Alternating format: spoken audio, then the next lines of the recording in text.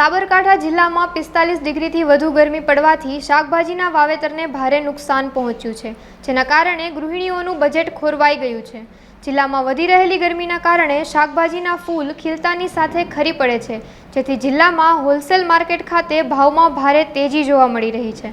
છેલ્લા 25 દિવસથી આકરી ગરમીને લઈ ભાવ આસમાને પહોંચ્યા છે। સામે ઉત્પાદન ઘટતા માર્કેટમાં આવક પણ ઘટી છે। 70 થી 80% ભાવમાં વધારો થયો છે તેવું વેપારીઓ જણાવી રહ્યા છે। હજુ પણ ગરમી વધશે તો શાકભાજીના ભાવમાં વધારો આવી શકે છે, ત્યારે સરકારે શાકભાજીના ભાવ વિશે કંઈક વિચારવું જોઈએ તેવું ખેડૂતો કહી રહ્યા છે।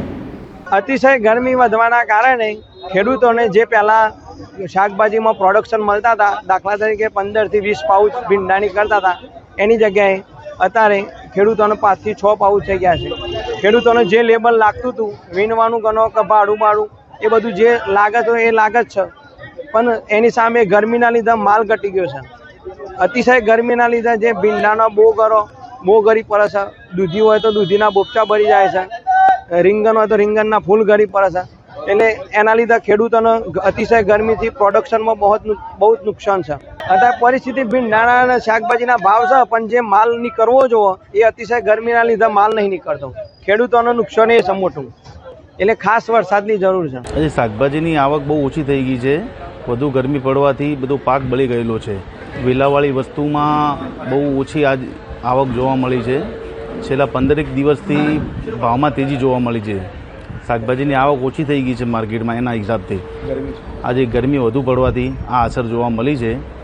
અને ફૂલ જોકે જમીનમાંથી જે વસ્તુ નીકળે છે એ ફૂલ બળી જાય છે અને ફળ બેસતું નથી, અને ઉત્પાદન ઓછું થઈ ગયું છે શાકભાજીનું, એના હિસાબથી તેજી જોવા મળી છે। આજે 43 થી 45 ડિગ્રી ગરમી ચાલુ છે, એના હિસાબથી વનસ્પતિ બળીને ખાક થઈ જાય છે। આવક ઓછી છે આજે શાકભાજીમાં, અને આજે 80 થી 100% ભાવ છે। આથી 15-20 દિવસ પહેલાં 40 થી 50% ભાવ હતા, અને ભાવમાં વધારો થઈ ગયો છે। કારણ કે માલ બહુ કપાઈ ગયો છે। પહેલાં 20 દિવસ પહેલાં બહુ માલ આવતો હતો, એ ભાવ ઓછા પડતા હતા। રીંગણ 100 રૂપિયા જતો હતો, દૂધી 100 રૂપિયા જતી હતી, અત્યારે બધા 500 રૂપિયા દૂધી જાય છે, રીંગણ 900 રૂપિયા જાય છે।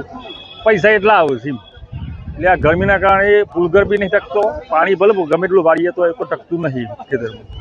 પૈસા એટલા આવે છે, લેબર બહુ વધી ગયું છે, એટલે આ ભાવ મને પૂછાય જ ના। ભલે ભાવ 900 રૂપિયા હોય, પણ માલ 2 પાઉચ જ નીકળે છે। પહેલાં 100 રૂપિયા ભાવ હતો, એ વખતે 10 પાઉચ નીકળતો હતો, એટલે પૈસા તો એ જ છે કે એમ, એટલે આ સૈરાસામાં તો નુકસાન જ છે।